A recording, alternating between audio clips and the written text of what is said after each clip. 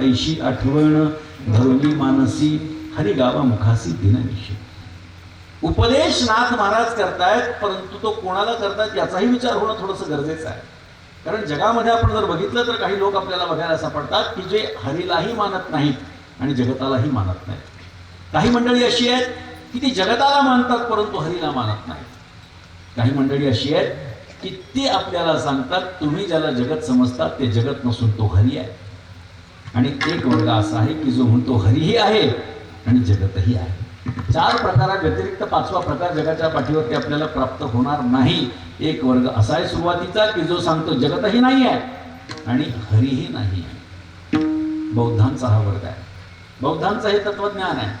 सर्वं शून्यं शून्यं सर्वं क्षणिकं क्षणिकं सर्वं स्वलक्षणं स्वलक्षणं सर्वं दुःखं दुःखं या चार तत्वांवरती बौद्धांचं तत्वज्ञान आधारित आहे. ते असं सांगतात सर्वं शून्यं शून्यं, सगळंच शून्य आहे, सगळं शून्य आहे.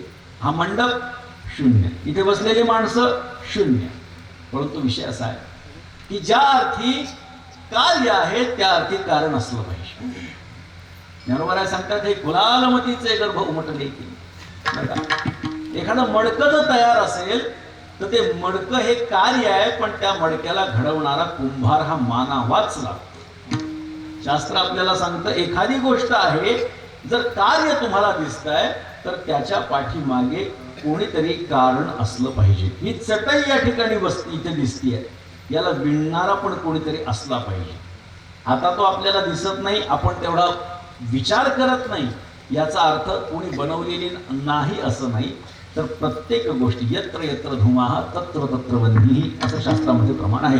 डोंगराच्या पलीकडे कुठून तरी धूर येताना दिसतोय आणि माणूस म्हणू लागला धूर आहे पण अग्नी नाही, जमणार नाही. ज्या अर्थी धूर हे कार्य दिसत आहे त्या अर्थी अग्नी हे कारण त्या ठिकाणी असलं पाहिजे. तुमच्या दृष्टीला ते गोचर होत नाही म्हणजे ते नाही असं नाही. अमेरिका तुम्हाला दिसत नाही म्हणजे अमेरिका नाही असं नाही, तुम्ही तिथपर्यंत पोहोचला नाही. त्यामुळे हे तत्वज्ञान त्यांचं फोल ठरतं. सर्व शून्यम शून्यम कसं शक्य आहे? कोणीतरी मानावाच लागतो. कार्य ज्या अर्थी आहे त्याला त्या अर्थी कारण मानावं लागतं. दुसरा वर्ग आपल्याला सांगितला की तो सांगतो जगत आहे परंतु हरी नाही. चारवाकाचा हा वर्ग आहे. चारवाक यस्य सहा चारवाका, जो केवळ आपल्या गोड बोलण्यामध्ये इतरांना रममाण करून घेतो. चारू म्हणजे गोड आणि वाक म्हणजे बोलणं, ज्याचं गोड बोलणं आहे त्याला चारवाक असं म्हणतात. फार सुंदर त्यांचं तत्वज्ञान वाटतं बरं का.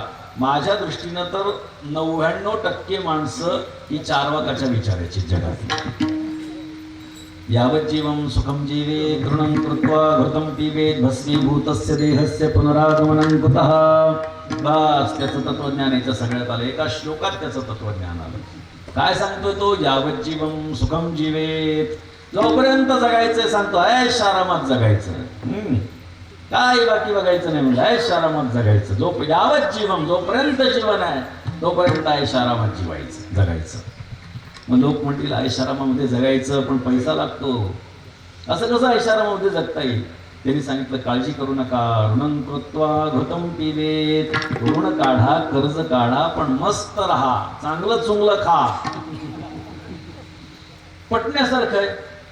बर, पण काही जण म्हणतील अहो हे कर्ज काढलंय पण त्याचा EMI कोण भरणार?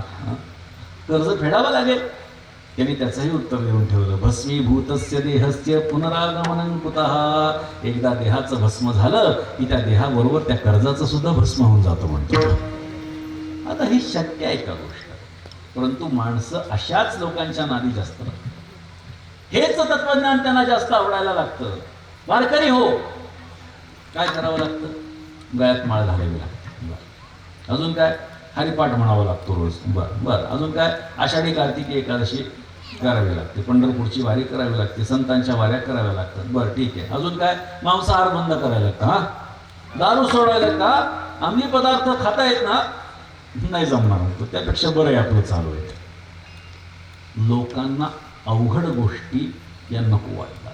पण कोणी सांगितलं देव पाण्यात बुडून टाक, फक्त माझी उपासना कर, बाकी तुला काय खायचं ते खा, कसं वागायचं ते वाग. माणसं म्हणतात हा हे बरं आहे आपल्याला.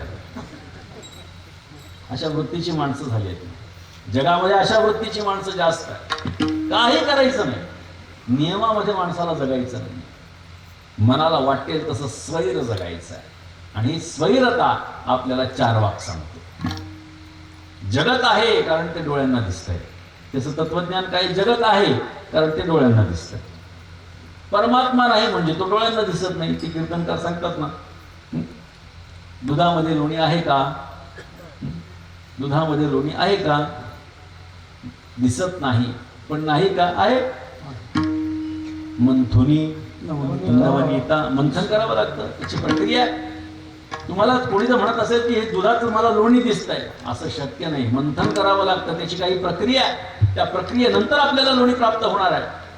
मग कोणी म्हणत असेल जगात देव आहे का? नाही म्हणत असेल, अरे बाबा नाही कशावरून म्हणतो?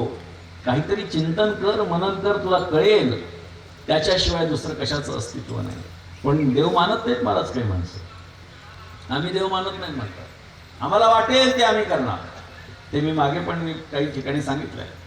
आमच्या एका टी व्हीवरती एक शो होता बरं का, मोठं चॅनल होतं मराठीचं, न्यूज चॅनल. आणि त्याच्यामध्ये असं एक वादविवाद म्हणून असं होतं की देव आहे की नाही हा विषय होता. काही वर्षांपूर्वीची गोष्ट आहे. देव आहे की नाही.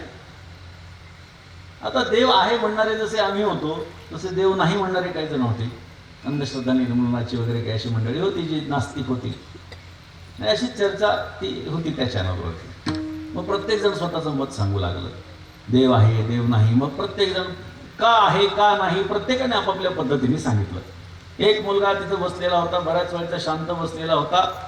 तो म्हणला इकडे द्या माईक. दिला त्याला माईक, दिला त्या माणसाने. मी देव मानत नाही बरं का, त्याची बोलण्याची पद्धत आहे. मी देव मानत नाही का? माझ्या जीवनामध्ये एक असा प्रसंग घडला की तेव्हापासून मी देव मानायला नकार दिला, सोडून दिलं. म्हटलं देव मला मानलं. आता आम्ही थोडे स्तब्ध झालो. म्हटलं नक्कीच याच्या जीवनामध्ये अशी काहीतरी घटना घडली असेल की ती वाईट आहे आणि त्याच्यामुळे मोठा धक्का त्याला बसला असेल. आम्ही आपलं शांततेने कुतूहलाने ऐकू लागलो. खूप देव मानायचो म्हणे आधी. आमच्या घराच्या प्रत्येक भिंतीवरती देव म्हणे. त्याची भाषा मी सांगतो आपल्याला बरं का. प्रत्येक भिंतीवरती देव. पण एक घटना माझ्या जीवनात अशी घडली की तेव्हापासून देव मानणं सोडून दिलं. मनामध्ये माझ्या तरी विचार आला, म्हणलं हे कुठेतरी सहकुटुंब देवतेला गेले असावेत, वापस येताना ॲक्सिडेंट झाला असावा, बाकीचे सगळे मेले असावेत आणि म्हणून याला साहजिक आहे. माझ्या मनात भाव आला की ठीक आहे, असं होऊ शकतं की आपण एवढं देवदेव करतो आणि असं काहीतरी जीवनामध्ये घडतं, एवढा त्रास सहन करावा, काहीतरी घडलंय. ऐकायला सुरुवात केली महाराज. त्यांनी सांगितलंय का मंदिरात गेलो, चप्पल बाहेर सोडली, देवाच्या दर्शनात गेलो, दर्शनाला गेलो, गाभाऱ्यात गेलो, दर्शन घेतलं, प्रदक्षिणा केली आणि बाहेर येऊन पाहतो ते काय, माझी चप्पल गायब. आणि त्याच्यावर त्याचं तत्वज्ञान, जो माझी चप्पल सांभाळू शकत नाही तो जगाला कसं सांभाळू शकेल हा विचार मी केला.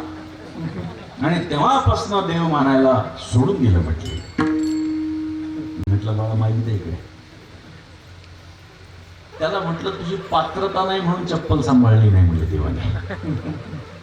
पात्रता जर असली असती तर तो देव आपल्या भक्तासाठी काहीही करायला तयार आहे.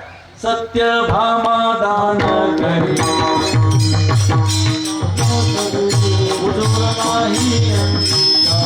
नाही